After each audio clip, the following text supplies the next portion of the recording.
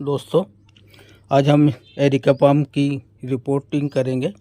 इसमें कौन कौन से सॉइल मिक्स में क्या क्या सामग्री मिलाना है और इसमें कौन से फर्टिलाइज़र देना है, इसके कुछ क्या टिप्स है जो हमें ध्यान रखना है।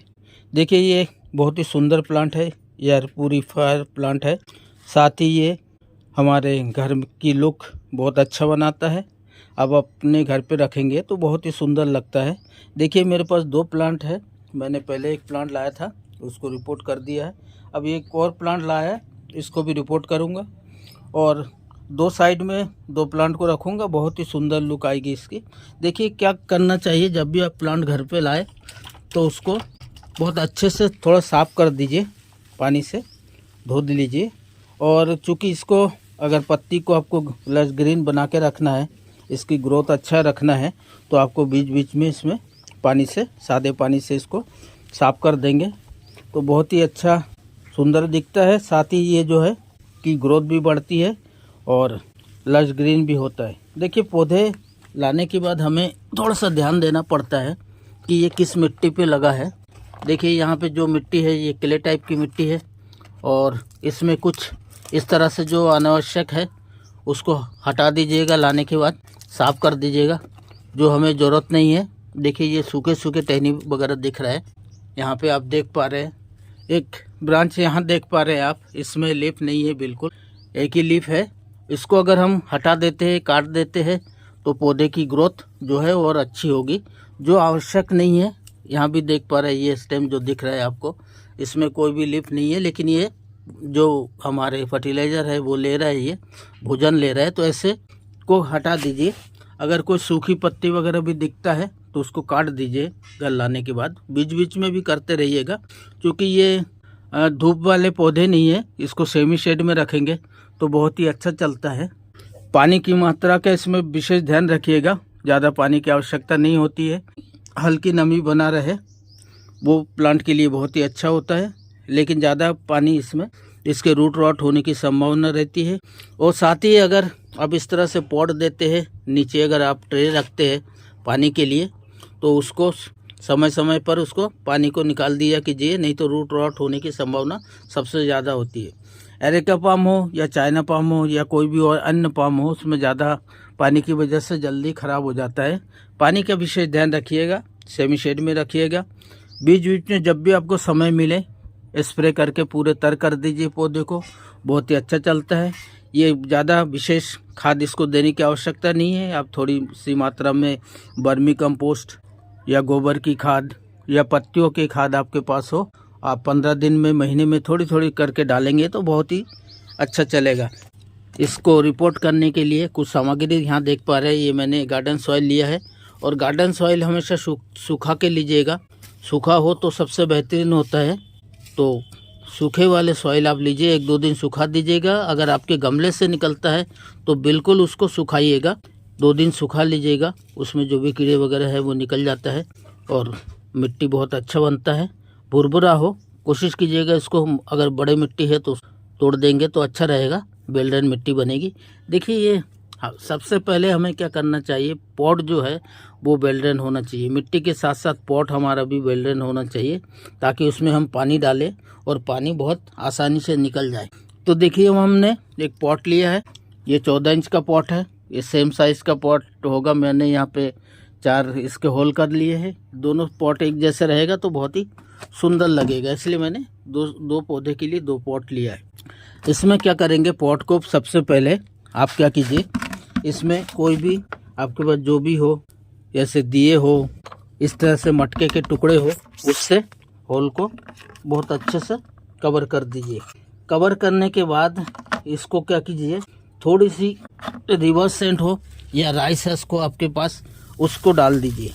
उससे क्या होगा कि जो आपके जो पानी है वो बिल्कुल नहीं रुकेगा, पानी सीधे ड्रेन आउट होगा। आपके पास अगर राइस हस का नहीं है तो रिवर्स सेंट है, वो डाल दीजिए, ये भी बहुत ही अच्छा काम करता है। तो जब भी आप पॉट तैयार करें, ये नारियल के जो हम कॉयड डालते हैं, कुछ दिन के बाद वो मिट्टी बन जाता है और हमारे जो प्लांट की जो पानी है, इसमें एक्स्ट्रा पानी वो निकल नहीं पाता है। तो इस तरह से पॉट बनाएंगे तो बहुत ही अच्छा काम करता है। देखिए, सबसे पहले मैंने यहाँ मिट्टी लिया है, मिट्टी के साथ हम और क्या क्या ले रहे हैं। मैं यहाँ 40% मिट्टी ले रहा हूँ, क्योंकि ये इंडोर रखूँगा। पॉट की साइज़ बहुत बड़ा है, इसलिए मैं इसको बहुत ही हल्का तैयार करूँगा, ताकि ये उठाने में भी हल्का रहे, साथ ही हमारे पॉट जो है वेल ड्रेन रहे, मिट्टी वेल ड्रेन रहे। इसमें आपके पास अगर राइस हस्क है तो आप राइस हस्क डाल दीजिएगा। ये मेरे पास जो राइस हस्क है ये हाफ डाइल्यूट किया हुआ मैंने। इसको लाने के बाद इसमें क्या होता है, कांटे रहते हैं जो छोटे पौधे को नुकसान पहुंचाता है। क्योंकि इसकी रूट जो है ये काफ़ी अच्छा है, तो ये हाफ डाइल्यूट है तो हमें कोई परेशानी नहीं होगी रूट को। लेकिन मिट्टी जो है बहुत ही अच्छा बनेगा, साथ ही इसमें बहुत सारे फर्टिलाइज़र मिलता है, पोषक तत्व मिलता है पौधे को, और मिट्टी साथ में बहुत ही वेल डन बनता है।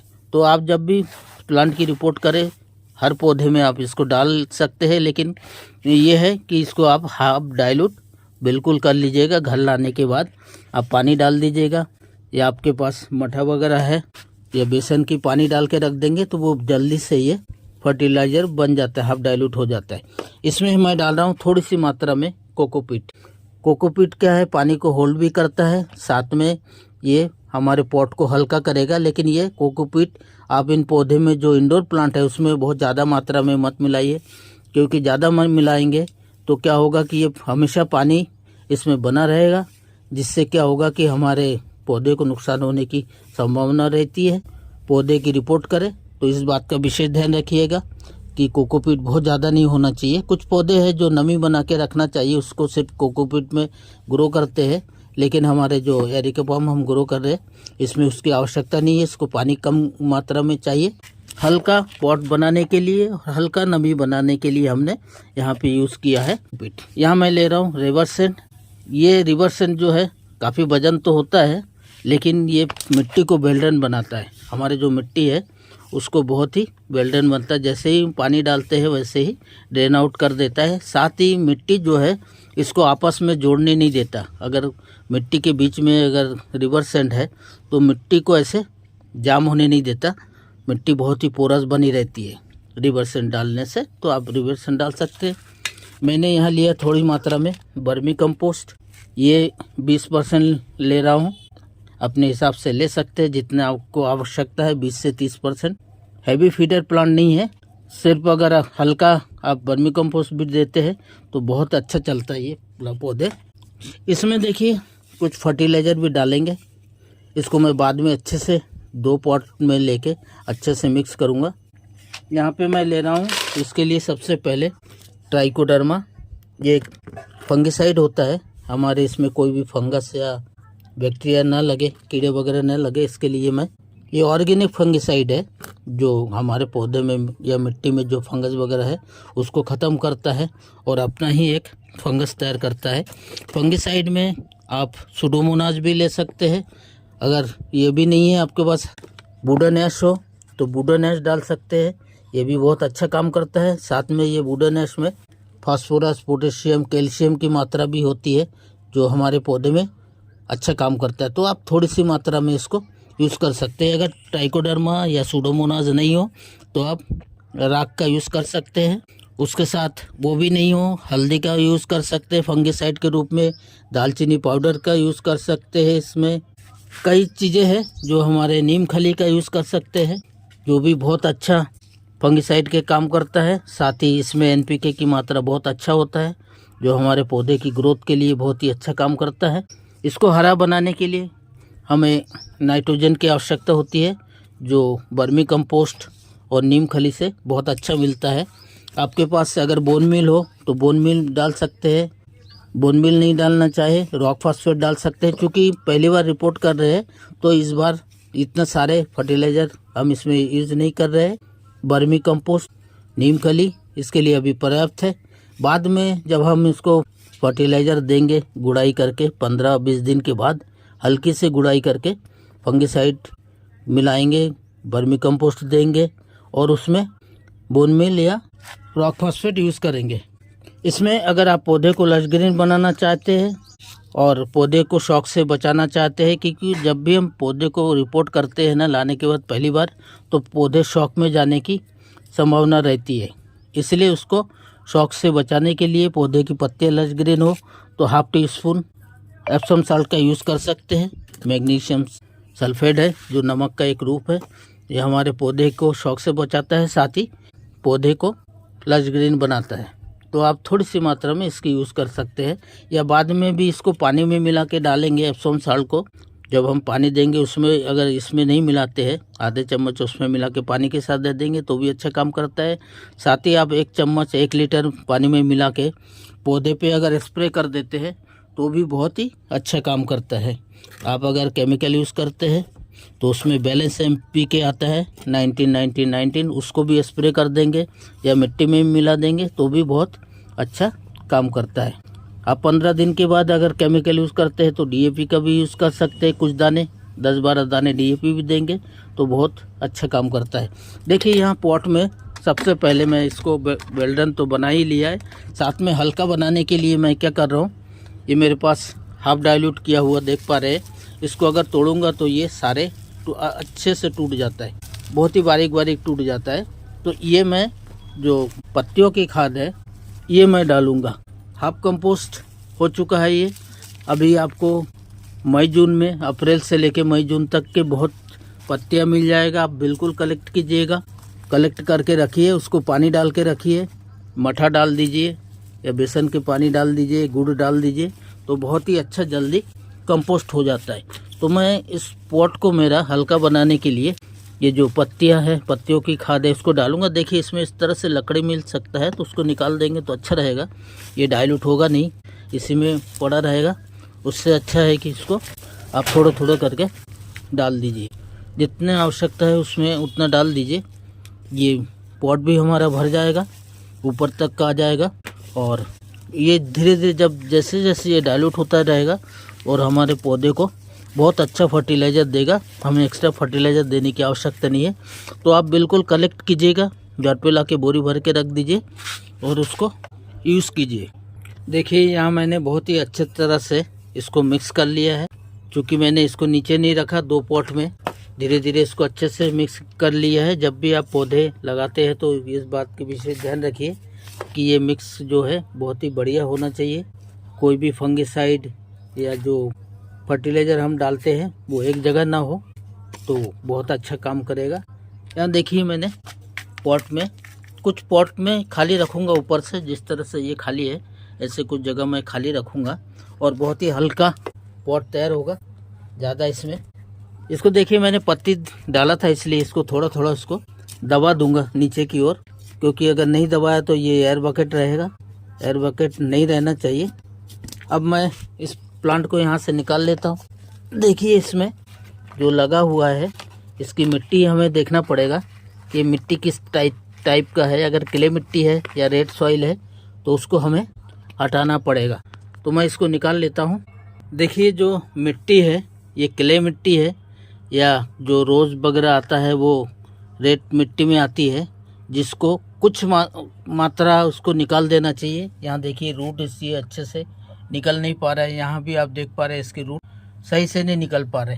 तो इसको कुछ 50% करीब इसकी मिट्टी जो है ये देखिए बहुत ही जाम मिट्टी है। अगर हम इसको नहीं निकालेंगे तो इसमें से रूट अच्छा ग्रो नहीं करेगा।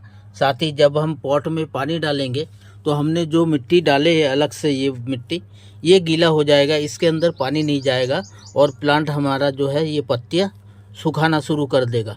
इसलिए इस मिट्टी को निकालना बहुत ज़रूरी है। ऊपर से और नीचे से, साइड से जितना हमें आराम से निकाल सकते हैं उतना निकालेंगे। पूरी तरह से नहीं निकालेंगे, 100% मिट्टी इसको नहीं निकालेंगे ताकि इसकी जो रूट है वो डैमेज नहीं हो जाए।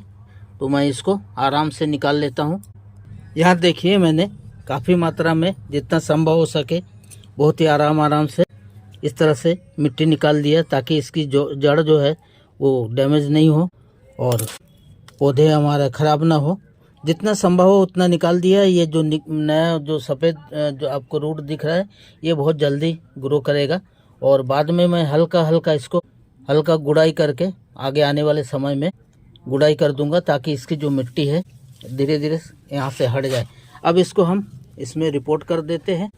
रिपोर्ट करने के बाद हम इसे पानी डाल देंगे। पानी डालने के बाद सेमी शेड में रखेंगे करीब 1 वीक के लिए। बिल्कुल इसको हिलाएंगे डुलाएंगे नहीं। जब भी आप पौधे लगाते हैं तो उसको रिपोर्ट करते हैं या कटिंग करते हैं तो उसमें ये हिलना नहीं चाहिए। पौधे हमेशा ध्यान रखिएगा, पौधे एक ही जगह रख दीजिए, शांत रहे पौधे। मैंने इसको अच्छे से शिफ्ट कर दिया है और इसको बहुत अच्छे से पानी दे देंगे, तर कर देंगे ताकि पौधे हमारे अच्छा चले। और इसको आप 1 वीक तक के बिल्कुल पानी मत दीजिएगा, 1 हफ्ते तक। ये जो नमी बना है, क्योंकि हम इसको इंडोर में रखेंगे तो ये पानी जो है ये सूखेगा नहीं। पौधे को जितना आवश्यकता है उतना पानी मिल जाएगा और पौधा हमारा बहुत अच्छा ग्रो करेगा। और बीच बीच में ध्यान रखिएगा, बिल्कुल इसको इस तरह से स्प्रे कर करके इसको तर कर दीजिएगा, मिस्ट कर दीजिएगा। मिस्टिंग से पौधा बहुत ही अच्छा ग्रो करता है, पत्तियां भी लज ग्रीन होता है। अब इसको मैं सेमी शेड में रखूँगा और 1 वीक के बाद ही इसको जहाँ शिफ्ट करना है वहाँ करूँगा। और बिल्कुल इसको टच नहीं करूँगा, हिले नहीं पौधे, और पानी भी नहीं दूंगा। तो थैंक यू सभी को यहाँ तक बने रहने के लिए।